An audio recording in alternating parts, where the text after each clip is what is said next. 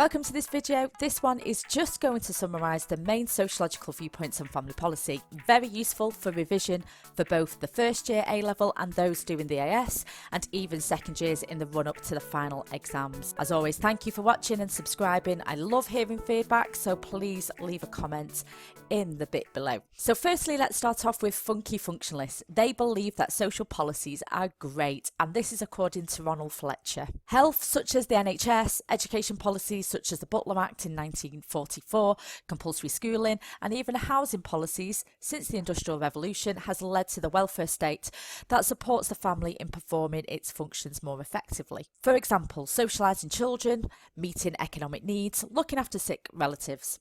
I suppose you could even argue that Parsons' view of the family functionally fit in the society that it's in, that in a modern industrial society, these policies have even replaced some of the essential functions that the family used to perform.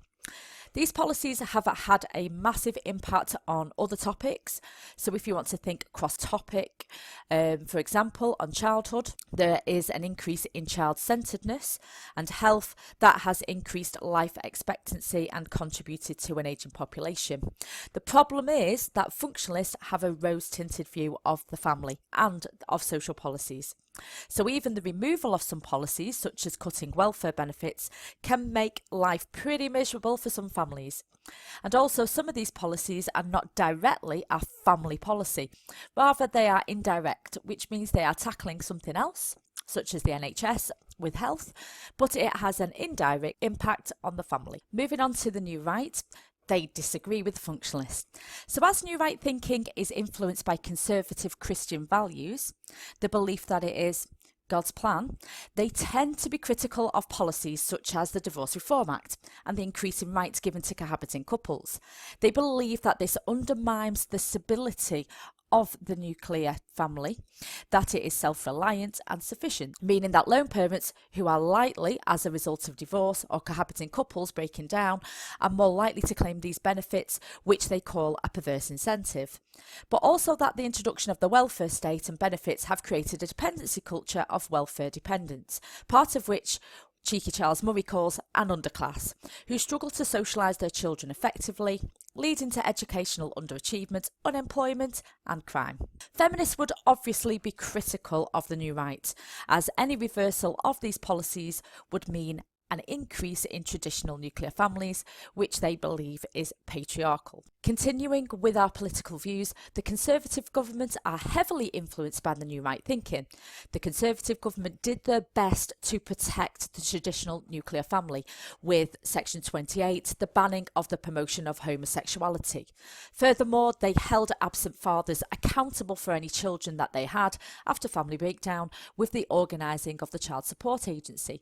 Now, both of these points promote the ideology of the traditional nuclear family and discourage other family types. New Labour came into power in 1997, and the New Labour government and their policies go against the traditional nuclear family ideology, as they want to strengthen marriage for same-sex couples. And it was under the New Labour government in 2004 that the civil partnership for same-sex couples was legalised. This included adoption rights. A positive change for the family. Under New Labour, there was an increase in welfare spending, including facilities such as Sure Start, which provided early socialisation in economically deprived areas, something that the functionalists would also agree with. Following the Labour government, 2010 election meant no party gained power in their own right, and what resulted was the coalition, Conservatives and Liberal Democrats. Policy was partially influenced by society's changing values.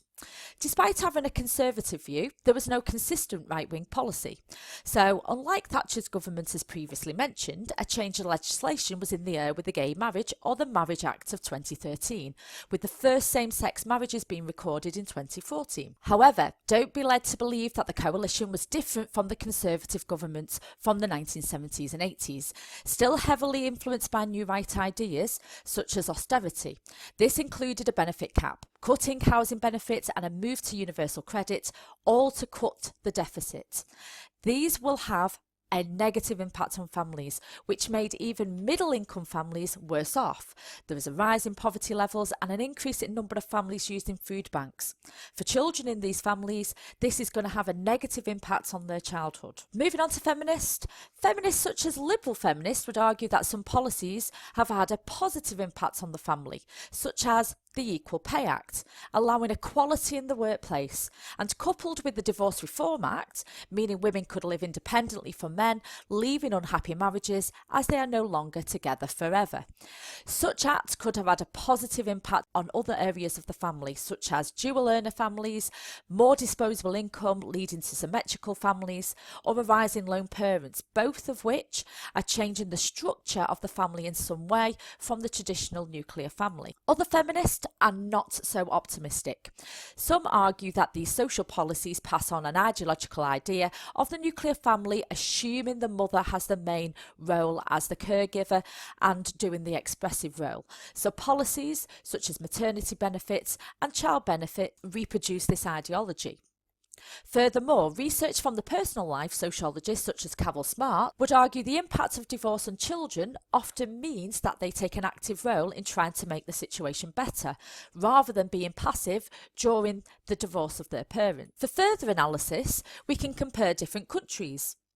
Their policies either encourage or discourage gender equality. For example, if we take Greece, according to Eileen Drew, their policies tend to promote the traditional familistic nuclear family. On the other hand, Sweden, their policies tend to encourage a more individualistic approach, benefits equally applied to both sexes, promoting a more equal relationship resulting in more symmetrical families. Finally, Marxist.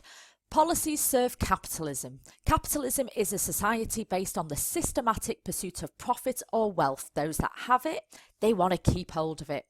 So, for example, capitalism requires a steady supply of workers, proletariat workers. During the Second World War, these workers, the men went to war. So women became a reserve army of labour, working in the factories and on the land. Nurseries were set up to accommodate. Following the end of the Second World War, these nurseries were no longer required. Women went back to the home, and we saw of the rise of the traditional housewife role that we see in the 1950s. Also, once workers are too old to work, they are also maintained at the cheapest possible cost, and we see that through pensions. You could even argue, according to Marxists, the role of the NHS is to keep the workers healthy for employment, a clear contrast to the functionalist view that I've previously discussed. An overall final view is from Dan Zellot. He sees policies as a form of state power over families. He argues that the social workers, the health visitors, the doctors use their knowledge to control and change families, which he calls the policing of families. Here's your analysis. There is a class difference. Poor families are more likely to be seen as problem families. Middle class families tend to have less intervention. And Don Zellot rejects the March of Progress view that policies have made a better or freer or more humane society. Rather, he sees policies as a form of social control. Here are some 10-mark questions for you to have a go at. Remember, the aim of a 10-marker is for you to show your application skills and how well you can make links across topics. The common denominator here is policies, but then you can make the links to childhood, family structure, and even demographic changes. If you have a go at any of these questions, you can always send me your answer. My email is below, and it might even feature in a future video. Also, here is an example of a 20 marker. My next video will be showing you exactly how you can tackle this answer, so please check it out. And finally, thank you as always for watching. If you have got any questions, you pop them in the comments below. Click like if you have enjoyed this video. Click subscribe if you want to keep updated on new videos that are coming up in the future. So have a great day, and I shall speak to you again soon.